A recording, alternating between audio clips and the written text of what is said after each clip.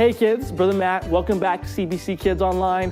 I am so glad that you are here, but I am extra excited today because look, I've enjoyed making the CBC Kids Online videos for you. It's been fun. It has got me out of my comfort zone, definitely, but I miss having junior church. I miss having Sunday school, and I miss seeing everybody like normal.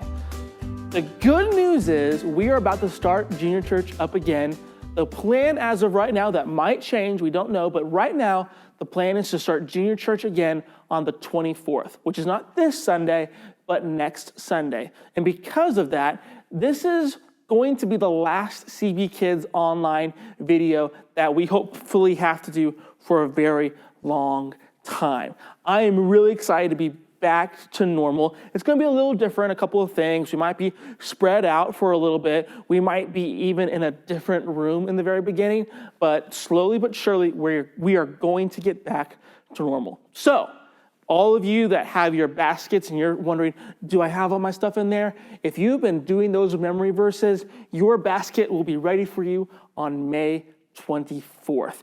Unless things change, and if that happens, we'll keep doing these videos and we will let you know. But as of right now, that is the plan. So I'm so excited for that. Let's go ahead and get our Bibles out. We're going to go to Luke chapter 19.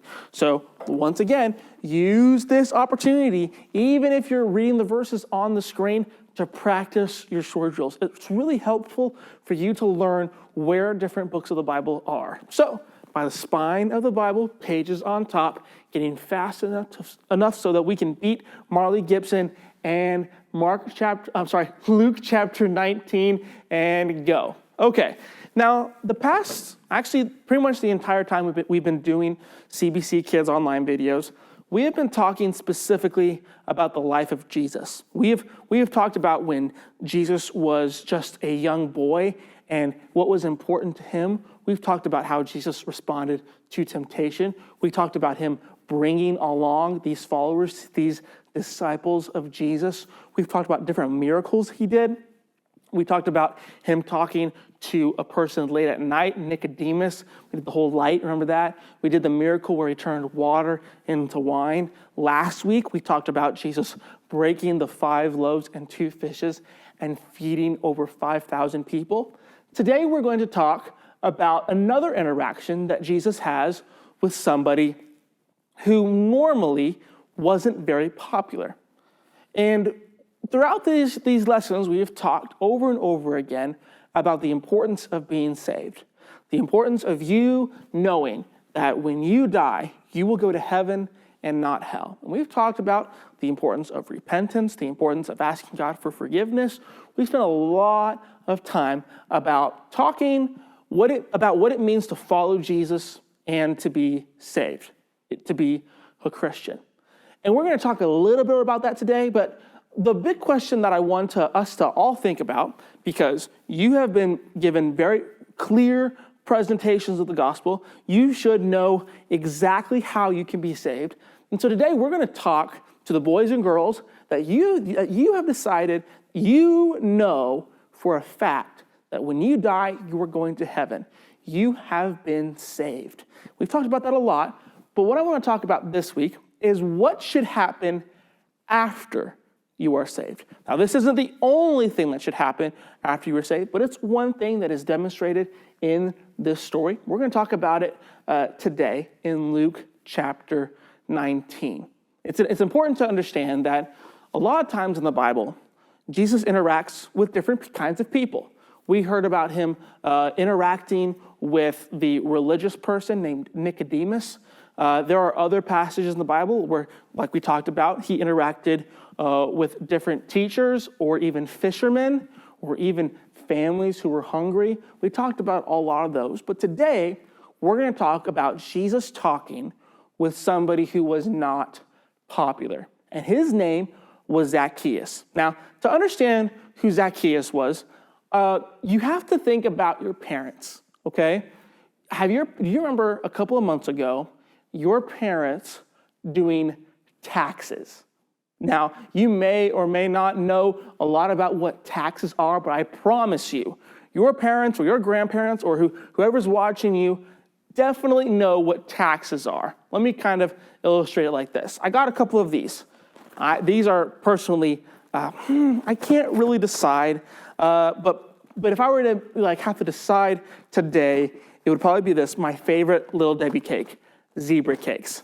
I love little zebra cakes. I'm gonna open it right now, and what I love about zebra cakes is just for less than $2, you can get not just one Little Debbie cake, but this one actually has 6 Little Debbie cakes. Now let's imagine that I paid you in zebra cakes to do a certain job. Let's say the job was to mow my front yard, okay? It's a real small yard. It is not hard to mow at all. And I said, let's say, I'm gonna say Wesson, okay? Wesson, you're out there, you're listening right now. Great job on the memory verses, by the way. You and Maverick have been doing a fantastic job. Wesson, let's say I was like, okay, Wesson, what I want you to do is mow my front yard.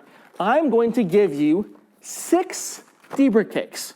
Zebra cakes. 6 zebra cakes just for you. And you get out there and you mow that yard and you get it all clean and you trim the edges and you make sure there's no leftover grass. You sweep it all away and my yard looks great. You did a fantastic job. And because apparently in this story I am not a very good payer of someone who works, and I give you just zebra cakes, okay? And so here's 1, I'm gonna give you more, there's 2, there's 3, there's 4, there's 5, and there's 6, okay? I am gonna hand to you 6 zebra cakes. Now, you're like, I'm so excited. I'm going to eat all of these zebra cakes all at once. But then imagine Maverick. Maverick works for the government. He works for the IRS. And he's like, hey, because you're living in my house, let's just imagine, okay? Because Maverick and Wesley live in the same house. Because you're living in my house, and I let you stay in my room, and I let you play with some of my toys, whatever, because of all that, I get to take 2 of your zebra cakes. And so, Weston, in order for you to stay in your house and to play with Maverick's toys, and for you to get along, you have to give up 2 of the zebra cakes that you earned from me. But to keep Maverick happy, 2 of them has to go to Maverick. Does that make you happy? No, it doesn't make you happy. Because who's really in charge of that house? Not Maverick, your dad. So you're probably like, wow, Maverick, you are a jerk for taking 2 of my zebra cakes. It's kind of a silly way to do that, but actually your parents deal with taxes all the time. Every year there comes a point where the parents or grandparents of your house have to take account of all the money they've earned or even some of the things that they own, and the government's going to be like, okay, I'm going to take part of that.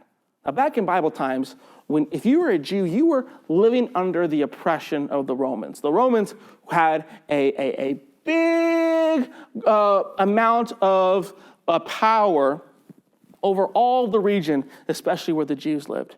And because they were trying to build a really, really big army to take over other countries and other cities and other towns, they taxed the people of the Jews very heavily. There's some debate as to how much they would tax. The most recent figure that I found was 20%. So let's say I gave you 10 zebra cakes, Wesson. The government would have been like, okay, I'm going to take 2 of those zebra cakes, which would bum me out. But back then, they would not just take the money you earned, but they would take a part of the value of the place you lived and the animals you owned. They took a lot. And so it was really hard to make money when you were Jewish. The way the Romans did it, though, is they wouldn't tax you themselves. They would get other people, other Jews, to be like the middleman, to take the zebra cakes from you for themselves. And these people who were in charge of taking the money from the other Jews, these people were called publicans. Another way to view it is a tax collector. And what these tax collectors would do in order to make more money for themselves, instead of saying, okay, I just need 2 zebra cakes, what they would do is they would say, all right, you come in, you have 10 zebra cakes, I'm going to take 4. And the reason they did that is they would take the 4 zebra cakes that they would get from the Jews, and they would give 2 to the Romans, but keep 2 zebra cakes for themselves. It was what people call now would be like extortion. What they would do is they would pressure these people who did not want to pay taxes to the Romans, but because they could have the authority to bring harm to these people, they would be like, okay, if you don't give me 4 zebra cakes, I'm going to get you in big trouble. And so if you were a Jew, you knew the publicans and the tax collectors would do this. They would tax you more than you were supposed to. And they were liars. And they were stealing from the other Jews. And they were not popular at all. If you were a Jew and there was a publican that lived in your neighborhood, you didn't talk to him. You didn't invite him out to dinner. You didn't play with him in the neighborhood. The publicans were mean people. Very, very unpopular. And the story we're going to hear about today is about the boss of all the publicans. His name was Zacchaeus. The Zacchaeus, the Bible actually says in Luke chapter 19, verse 2, that he was the chief of the publicans. Let's go ahead and go there right now. Remember, it's Luke chapter 19, verse 1 says that Jesus was going through the city of Jericho. You ever heard of Jericho? Back early in the Bible, in the book of Joshua, remember the walls came tumbling down? This is Jericho in this new time, but it's been rebuilt. It's called the New Jericho. Now, look at verse 2 of chapter 19. And behold, there was a man named Zacchaeus, which was the chief among the publicans, and he was rich. You know why he was rich? It's because he was able to cheat the system, give some of the taxes that he collected to the government, to the Romans, and then keep some of the taxes for himself. It's a very, very bad move he did. Then it says this, and he sought to see Jesus, who he was, and could not for the press because he was little of stature. Now, there's some speculation as to what that means, but most people believe that Zacchaeus was short, was even a midget. He was a little man. Ever seen someone that was really, really small walking around? This was Zacchaeus. And this might have been because he was a little younger than some people, but mostly people just think he was just shorter than the average person. And there came a point where Jesus was walking through his town. Jericho was actually one of the main cities where people got their taxes collected. It was a major part of the entire country. And so when Jesus, he hears that Jesus is coming to town, Zacchaeus has actually heard of Jesus interacting with other publicans. He's talked about other publicans. He's preached about other publicans. In fact, one of Jesus' disciples used to be a publican, used to be a tax collector. So there's a reason why Zacchaeus, he hears, Jesus is here, I want to go hear him.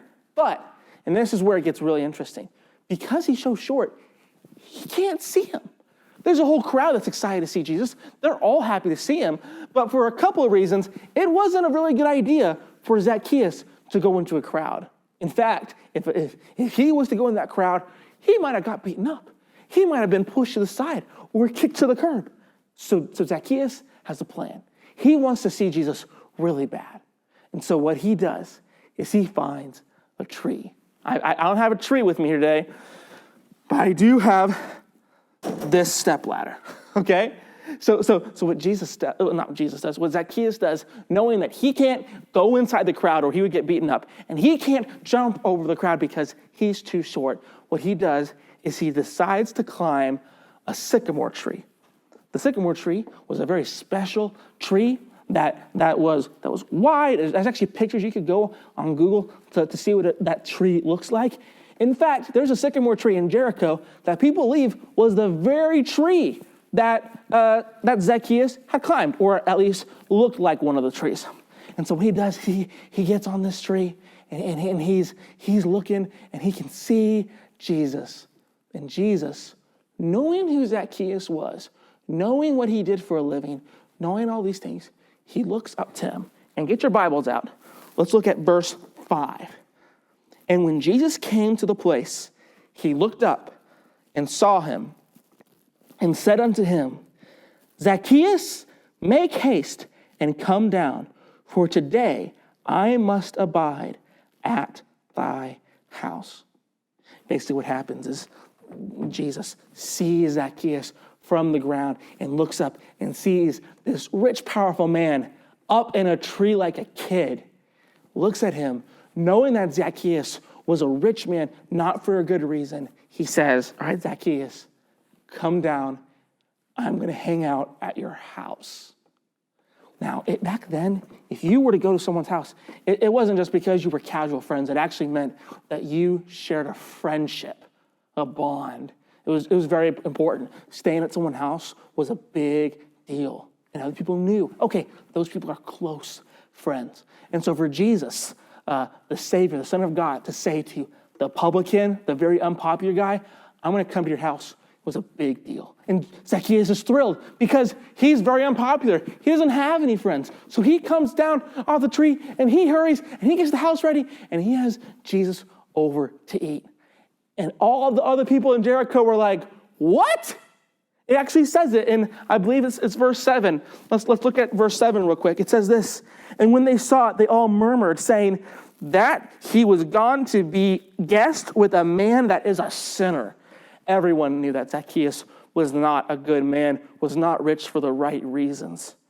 And so they all looked at Jesus and were like, man, why would Jesus spend any time with a tax collector, with a publican?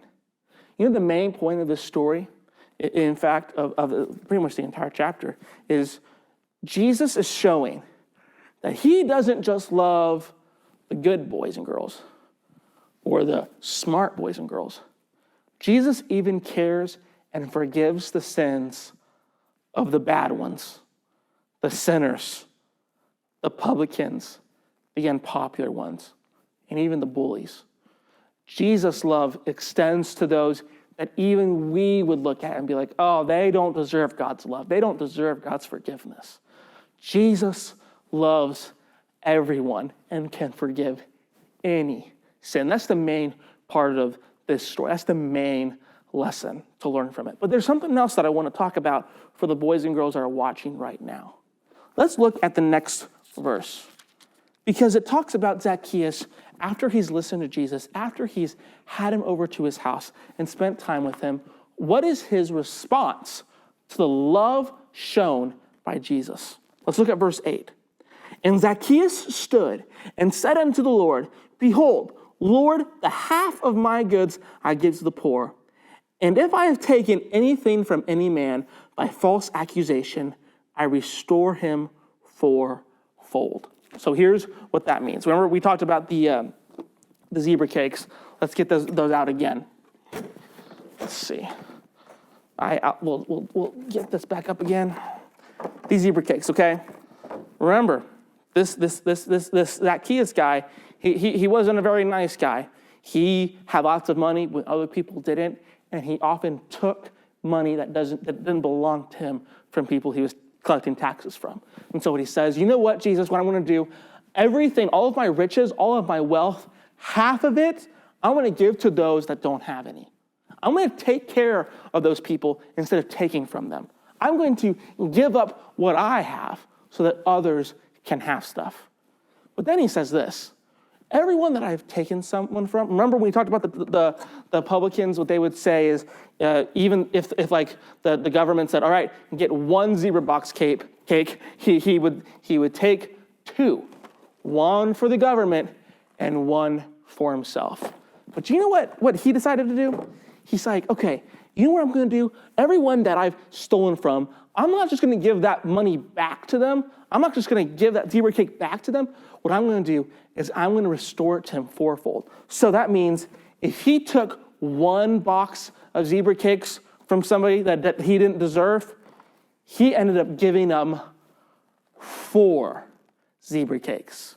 Restored him fourfold. So can you imagine all these people that Zacchaeus has cheated? And think about it. If he was rich and he was the main publican, that's a lot of people that he's cheated. It would have taken a really long time and a lot of money to give back 4 times what he had stolen. You know what Jesus says, though? He says this is salvation. This is what it looks like. When someone repents, and this is when they recognize they are a sinner, they have done wrong, they make Jesus their Savior, this is what salvation looks like. You know what's really important? We talked about salvation. You got to get saved so you don't go to hell. You can go to heaven when you die so that you can have a relationship with God, so that you can be forgiven of your sin. But what happens after? What does salvation, what does following Jesus look like after you are saved? And here's what's really important. Following Jesus should change how we treat others. Following Jesus should change how we treat others. Think about it. Zacchaeus did not treat the poor in his town well at all before he was saved. But after he believed in Jesus, after he experienced the love and forgiveness of Jesus, and when he does, he knows, I can't live like I used to. I can't behave like I used to.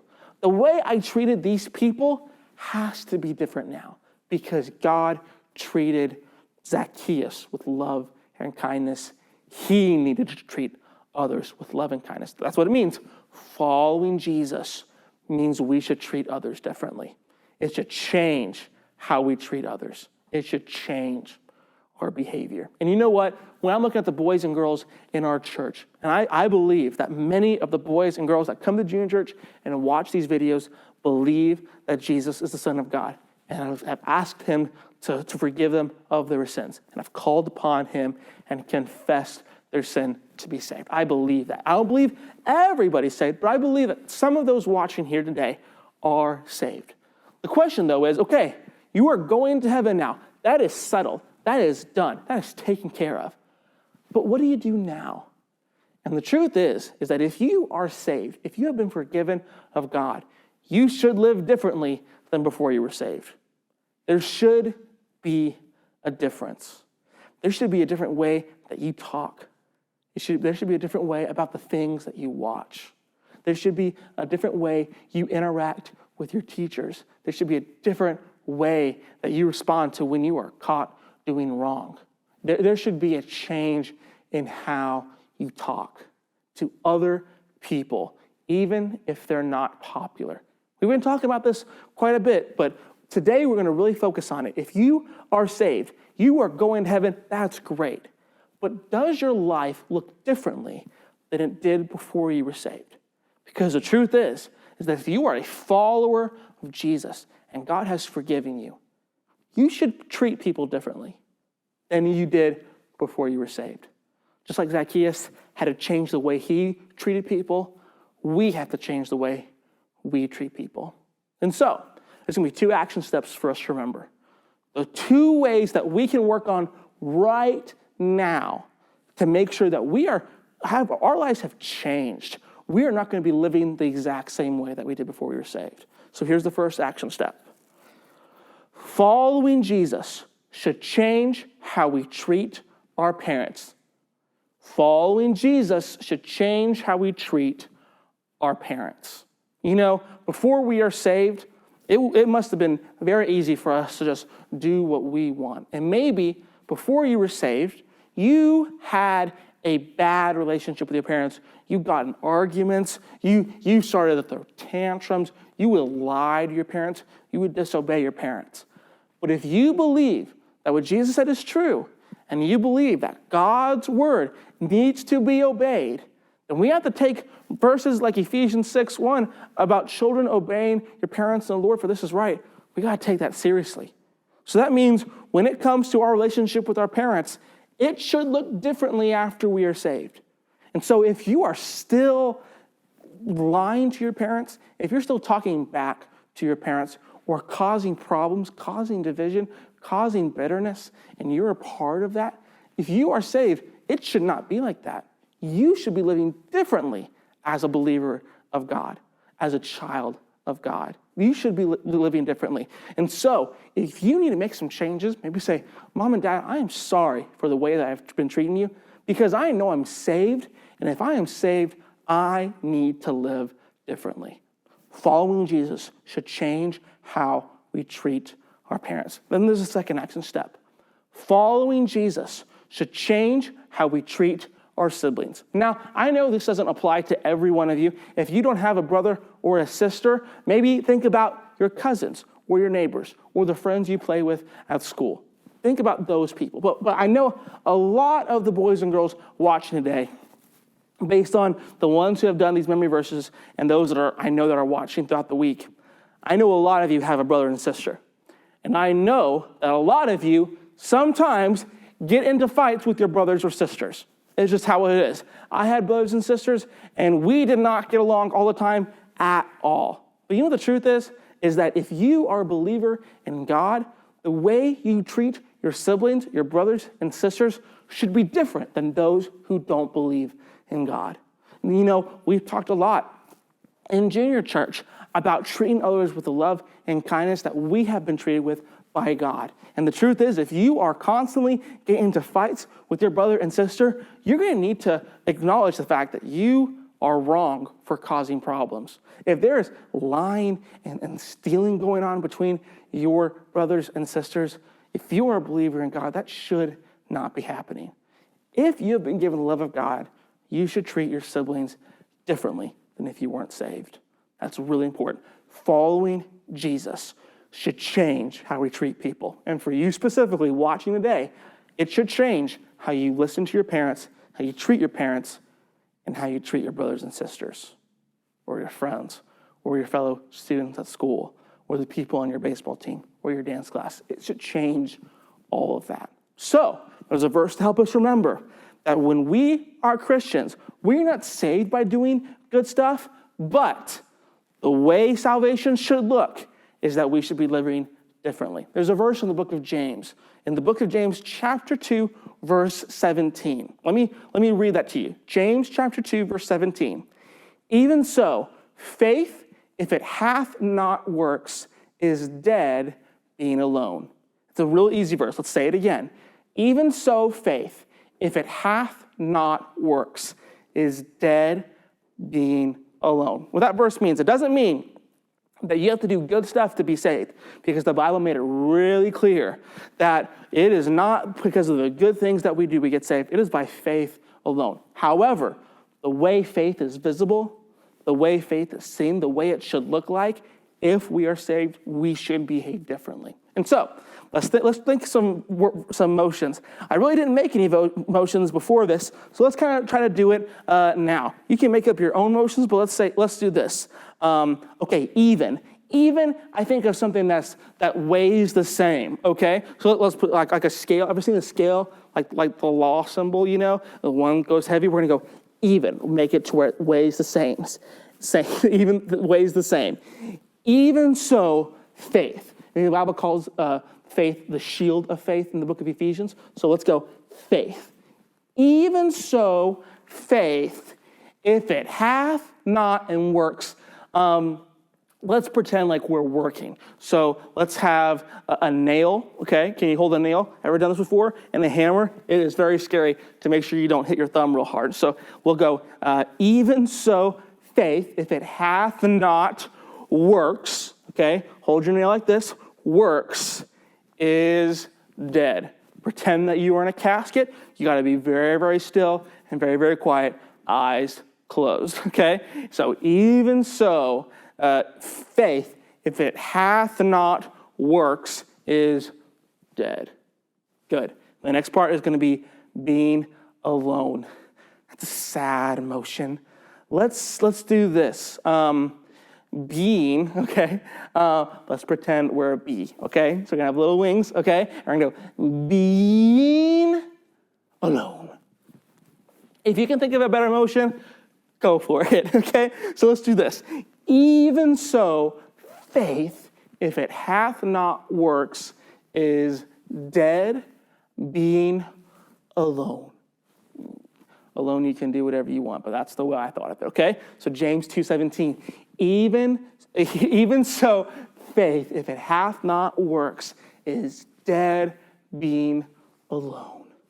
Very good job. And here's the deal. I've actually got a couple of things that I'm going to be giving you options for. I've got a bunch of these zebra cakes. I'm actually going to, if your parents are okay with it, I'm going to give you a whole box. If you can do it in reverse, because it's the last one, I'm not just going to give you one little baby zebra cake. Those go to me. But if it's okay with your parents, if you do them in reverse, I'm going to put one whole box of either zebra cakes or Swiss rolls. I figured these two are both pretty awesome. This has 12 cake rolls, but they're a little bit smaller, and these have 6 cake rolls. But I mean, they're a little bit different. So more but smaller. Bigger but less, okay? Swiss rolls or zebra cakes, if you can say the memory verse, say it on the video that you send to your parents. Most usually not, and at the very end, tell me which one you would rather have, zebra cake or Swiss rolls. Look, guys, I am really excited that this is the last one. Not because I haven't enjoyed making these, but I am ready to get back to normal.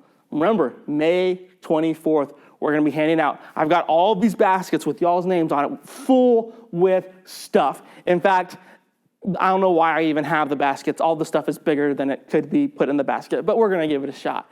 I'm so glad that you've been watching. For all of you that have kept watching from day one and kept watching now, I am so grateful, and I am excited that we're going to get back to normal real soon. But I know it is no fun watching church on TV by yourself, at least not near as fun as it normally is in junior church. But I am so proud of you for doing it anyway. So, one last time, let's do a roller coaster crash clap before we leave. Are you ready?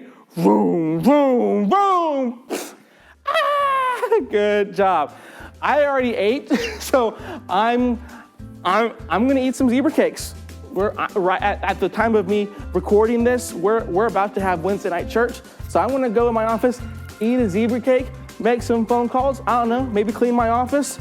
You are gonna go now though, on this Friday or Sunday, whenever you're watching this, do your memory verse, send it to me, and I will hopefully see you on May 24th.